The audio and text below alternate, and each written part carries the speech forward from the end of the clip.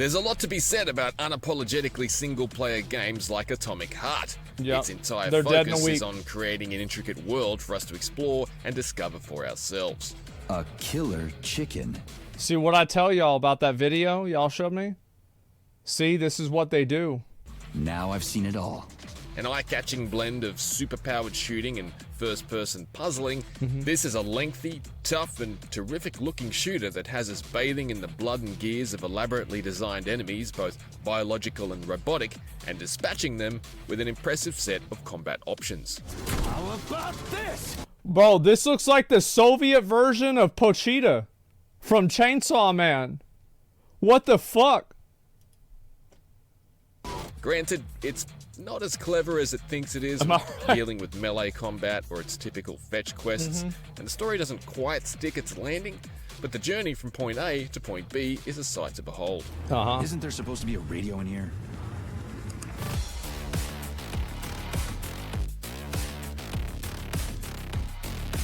Hacking the user, oh shit. Atomic Heart is an alternate history shooter cut from the same cloth as BioShock Yep. and Machine Games' That's about what I Wolfenstein figured. series. It's a kind of retro-futuristic romp back to an imagined past, perverted by ridiculously advanced. Bro, I wonder what if somebody ever did like one of these with the US, but it's if the South won the Civil War. Y'all ever think about that? That could be interesting, yeah. I wonder what that would be. Technology. A world where science has made the supernatural a reality and robots are now running rife. Uh-huh. These are far from the only shooters Atomic Heart is unafraid to crib from either. Half-Life and the puzzle solving of Portal are also clear inspirations, and there's been an attempted sprinkling of Arcane's successful brand of first-person stealth too. However, it'd be unfair to call Atomic Heart wholly derivative despite such recognizable building blocks. Certainly, Okay. the idea of a peaceful utopia torn to pieces thanks to technology turning Okay. on its ambitious masters is nothing new. Yeah, I think a lot of people, like, the thing is, this just seems like BioShock with a Soviet skin on it. But developer Mundfish has assembled its vision in a confident and compelling way. They really should have given these female robots bigger boobs. And the art team here well and truly understood the assignment. They should have had, like, the charging mechanisms in their nipples or something like that. Yeah, no, I'm telling you guys, like, they consult me, like, anything that is, degenerate, just let me know. I'll take care of it. The most remarkable element here is the superb visual design, especially the look of these well-crafted enemies. Yeah, they look pretty cool. Son of a bitch! Its range of robots is particularly strong. Yeah, I like sleek this. and sinister mustachioed Terminators that charge at us without ever averting their gaze. Well, I do feel like this looks like, iRobot, but it's like the graphics aren't that. It looks like the pre-rendered version of iRobot. To its pot-bellied parking meters with mouth tubes that make them look like they're sucking at the That's drawstring funny. on an Yeah. invisible jacket. Its featureless ballerina bots and spindly-legged battle balls are Ooh. equally memorable, the latter of which are probably best described as scaled-down Eastern Bloc knockoffs of those things that couldn't kill Mr. Incredible. Uh-huh. There's even one that looks like Baymax cosplaying as a tank. Oh, Atomic wow. Heart's outstanding aesthetic also extends to its large range of partially ruined labs, facilities, Yeah, I think this is probably why I would want to play it, is just so I could see the world building the game has. and transportation hubs, each filled with long, snaking globules of the liquid polymer that powers the advancements of this fantastical 1950s. That said, there is a distinct feeling of look don't touch in these places. There's definitely a lack of destructibility. Balloons immune to axe swings are probably the worst offenders. I mean, like, this is how every game is, though, is like people, anytime that a game says it has an interactive environment, everybody goes out and tries to see, except for what? But the level of detail overall is strikingly good. There are some especially tiny touches in Atomic Heart that smack of a great deal of consideration. Like the way there are different reload animations for unspent magazines compared to empty ones. That's the latter nice. of which are flicked away while the former are grasped by the same hand sliding a fresh one in. Cool. Watching them play out is a pleasure, which is why it was a bit annoying that my HUD was sometimes cluttered with pickup notifications and health bars for mini-bosses no longer in the area Oh, that froze is on annoying. screen until I reloaded from a recent save. But why is it stuck there like that? And I've experienced some uneven quality when it comes to graphical glitches as I've played on Xbox Series X. The worst is a Bro, who's playing on an Xbox? Like, who does that? terrible strobing effect on some fast-moving robots running circuits around a large room, and the frame rate tanks if you ride them, but fortunately it seems mostly isolated to certain bot types. I've had no such problems with similarly nimble and often much larger bosses. Okay. Atomic That looks Heart cool. is naturally all tinted with the Soviet-era iconography Yeah. you'd probably expect from a land tucked deep behind the Iron Curtain Of course. in the mid-1950s. And admittedly, the lens through which you may view all this Soviet symbolism is a little different today in 2023 than it was upon its announcement and first reveal back in 2018. Everyone here seems so happy and content. I feel like most everybody agreed that, like, you know, Stalin and that shit was bad. I mean, it's like the Ukraine thing is like, yeah, but like, I don't really contextualize it around that at all. Of course, having grown up You'd be geographically surprised? isolated Oh, no, I and wouldn't be. politically irrelevant in the Southern Hemisphere, largely detached from Cold War concerns and raised on Bond movies, Stripes and Rocky IV, Hell yeah. my read on such an overtly Russian backdrop is guaranteed to be markedly different to someone with roots in Eastern Europe. For its part, Oh yeah, I could see somebody that's in Eastern Europe, they see this game, they're pissed off. however, the For background sure. does largely fade away as Atomic Heart peels back the layers of its false utopia. Yeah, that's what I would At expect. this stage, Facility 3826 and the countryside of rural Russia isn't much different to the likes of Bioshock's Rapture itself. That is, a place more or less cut off from the outside world where something has gone deeply, deeply wrong. Yeah, it seems pretty fucked to This me. tunnel's messed up. Exploring exactly what's gone wrong is the job of our character, Special Forces veteran Major Sergei Nechayev, Welcome, Comrade Major. or P3. I dislike the way they have these robots made. I don't like them. I think that they look unsettling in a visually unpleasing way. They shouldn't have given them facial features in this way. I don't like it. That's the point. Yeah, but I find it to be not interesting. I know it's the point. I just don't like it. As he's dubbed throughout. The foul-mouthed and amnestic P3 is admittedly a bit of a relic of games gone by, and his default English language voiceover doesn't exactly do him a lot of favors. I've heard bad things He about comes off the as voice translation. cookie-cutter American lead of every second shooter ever made. Yeah. No time for dirt nap stuck. Get your ass up and head to cover. However, it's the script that really does him a greater disservice. While I'll happily admit swearing is virtually my second language, P3 Yeah. spews it with the gusto of a teenage boy testing every curse word he's recently learned twice a sentence. I need some parts to upgrade my weapon. I won't get far with this pile of shit. It's a little exhausting, and the presence of many modern turns of phrase don't exactly help keep the overall experience seated in the 1950s. I don't know why so many of these writers have a problem writing good dialogue. It's so sad to see how bad most dialogue is. I don't know what the fuck, because it's hard.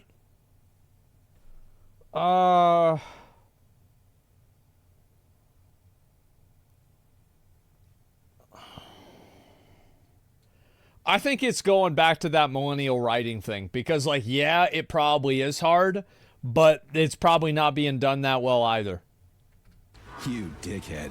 Of course, perhaps I'm being a little hypocritical in demanding consistency there, because the regularly ruthless soundtrack packed with headbangers courtesy of Doom and Wolfenstein composer Mick Gordon isn't exactly a sonic journey back to the days of doo-wop either. Yeah. And yet the music is pitch perfect as far as I'm concerned.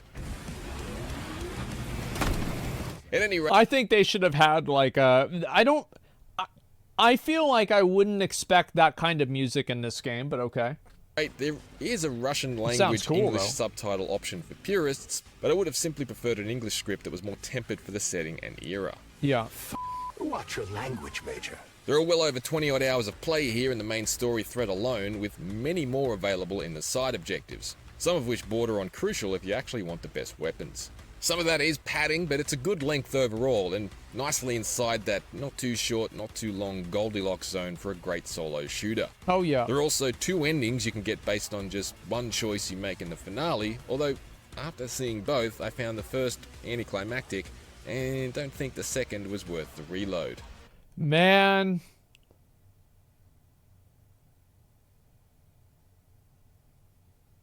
Man. I used to make some crazy jokes back in the day. I did. First, you'll need a substantial glove upgrade. Report to the lab. However, while P3 is disappointingly threadbare as a character, he's nonetheless very capable and entertaining to play as, largely thanks to his partner Charles, who is a talking glove. Hey, glove. My name is Charles, Comrade Major. Oh, I played this game. Yeah, it's... Okay, yeah, this is like Forspoken. Great. Oh, yeah, yep. Oh, wow. Yeah, we've been here before. Whatever. Okay, that's a bit reductive. Rather, Charles is basically an intelligent system embedded in P3 who is capable of granting him seemingly supernatural abilities. Oh, yep. Manifested by Seen this a set before. of small squid-like tentacles that extend from a glove on P3. Oh, it's a glove this time. Okay, that's good, yeah. Yeah, that's good. They didn't do a glove last time. It was a cuff. His left hand. Great. This not only includes activating an X-ray style view of your surroundings and tossing certain small objects a la Half-Life 2's iconic gravity gun, Uh-huh. but also the ability to fire bolts of electricity or ice, Very cool. levitate enemies into the air to shoot or slam into the ground, Yeah. or even summon a temporary shield. Akin to Bioshock's plasmids, these abilities add an important layer of more interesting combat on top of Atomic Heart's otherwise fairly typical blasting and slightly clumsy melee combat. There's a great sense I feel like this game's like the combat and everything, it just looks like very, it looks very clunky and slow. of weight when beaming a bot in the I don't brain know. pan with an axe, and the gouges that appear across their bodies in real time is a great touch. That's nice, yeah. That was I cool. found the weapon swinging too slow and frustrating when swarmed by too many enemies simultaneously. Oh, wow, I the love juggling that. act of defeating dense swarms of robots, as well as the blender-sized hovering repair bots Mm-hmm. that continually swoop in to magically resurrect them, gets a bit wearisome at times, especially above ground. Okay. Atomic Heart's linear underground sequences are linked by a decent-sized slab of open world, where we're free to explore and fight wherever we wish. That's nice. And this zone is initially a nice antidote to the more corralled corridor segments that progress the story or reward us with useful upgrades. Yeah, I like However, that. That's With good. their long line of sight and overwhelming numbers, I often found myself running or driving away from fights rather than diving in and trying to get the upper hand via stealth before attacking. Can you run the cow over? Please try to run the Grab a cow. horse, become a Aw, little- come on. A little less intimidating as P3 and his arsenal grows stronger throughout the story, but that's a process that takes some time. Unlocking and upgrading these abilities requires a steady supply of resources, which the levels and defeated enemies are generally chock full of, even if collecting them can become a bit of a chore. Atomic Heart is smart to keep this process fast by allowing us to extend out a hand and suck up reams of resources like an industrial shop vac, but it still becomes a little tedious having to ransack the same sets of desks and cabinets arranged slightly differently in 100 or so different rooms. Yeah, it's one of those things that, like, it sounds cool, but then, like, after you're 12 hours into the game, like, it becomes, like, an encumbrance. Like, oh, God, I'm gonna have to do this again. Tedious too is Atomic Heart's overly ambitious attempt to weasel its way out of accountability for leaning on some extremely hackneyed fetch quests. Having the main character cynically gripe and complain about collecting 4 canisters for a bafflingly unintuitive door-locking mechanism that will never get past any sensible architectural committee isn't a free pass to proceed with it. So every other day you gotta run around collecting 4 different canisters? What a pain in the ass. I've actually never disliked this in a way that it took away from my enjoyment from the game. this is not really a big deal to me because usually these elements in games are very small. I don't really care about them. The main character being annoyed for the same reason I am isn't cute. It's a tone-deaf non-apology for weak game design. Who the hell I came could up see with how all somebody this? would feel that way, yeah. It's a shame that some better context wasn't baked around these occasional fetch quests, because Atomic Heart's underground chambers feel like a ripe opportunity, and are largely great otherwise. Eerie, deadly, and mostly devoid of life, unless you count the mutant freaks with skulls shattered into fanged floral arrangements, or the dead bodies that communicate via the confused ramblings of their fading brain implants. What are you talking about? It does rely too heavily on repeating the same handful of door lock minigames that serve no real purpose other than to arbitrarily slow your progression from room to room. Ugh. Supply room's locked. But I do like the bespoke platforming puzzle chambers and one-off brain teasers. Oh, that's cool. Especially the clever visual puzzle you'll encounter later. I see it. Oh, it's positive and negative. I get it. Robotic performers. Yeah, look at that. That is cool. Our brief guided tour is coming to an end. Atomic Heart is a deeply ambitious, highly imaginative, and consistently impressive Atom Punk-inspired attempt at picking up where the likes of BioShock left off, something it's done with a lot of success. It certainly makes missteps, chiefly with an irritating leading man and a self-indulgent habit of using the same tired tropes it tries to make fun of. I'm a magnet for annoying bullshit. But this stern, superpowered, and stringently solo shooter has worked its way under my skin despite these flaws.